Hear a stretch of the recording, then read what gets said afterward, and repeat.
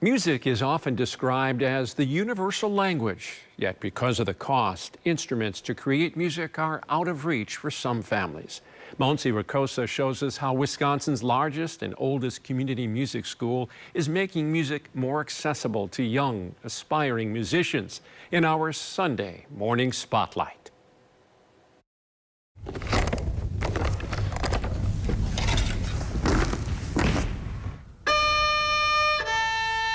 13-year-old Jaehan Chowda It's like really soothing to my ear. has been playing the violin for 6 years.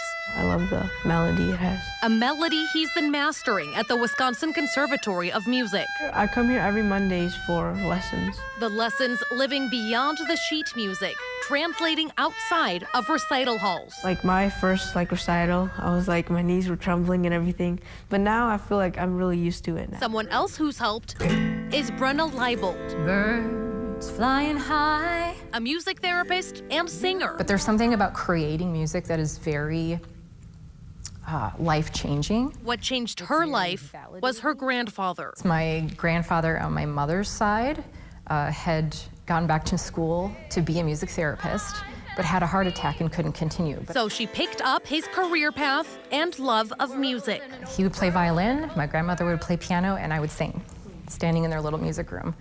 And that was my tie, my biggest tie to my grandfather. And when he passed away, he had the violins left over. A violin maker whose 32 donated instruments are now played by students like Jaehan. So I really, really wanted the music to live on. I wanted the instruments to be played and not just set aside. I understand and I appreciate the visual beauty of an instrument like that, but the real purpose of that instrument is to make music. And once you donated them, what did you feel then? I was proud of my grandfather's skills.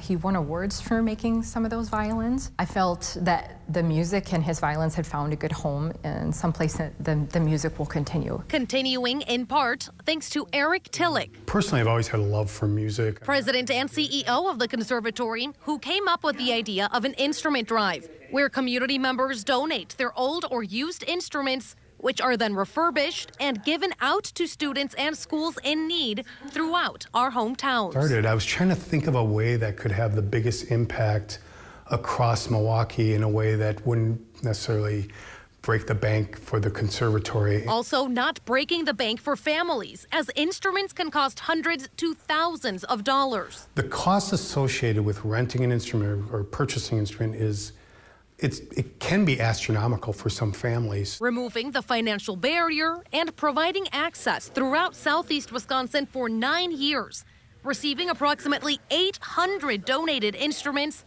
to give away. I mean, in 126 years, this is the first time that instruments are given out to anybody in the community? That I know of. Jaehan hopes other kids can get the same chance as him to play no matter the cost. I feel like they'll enjoy it as much as I do because I love music. I look at it like a ripple in the water. Like, we provided one instrument, and what does that mean for that person that gets that instrument? It continues to concentrically go out and impact other people. That person may be able to do a recital and impact other people that listen to that music. And then maybe it has a bigger impact on people. Leibold encourages those with instruments laying around to dust them off and spread the love of music. There can be generations of music and generations of introducing children to a love of music that is going to live on beyond me. It's something that can be passed down, and it's something that is shared, and music is meant to be shared.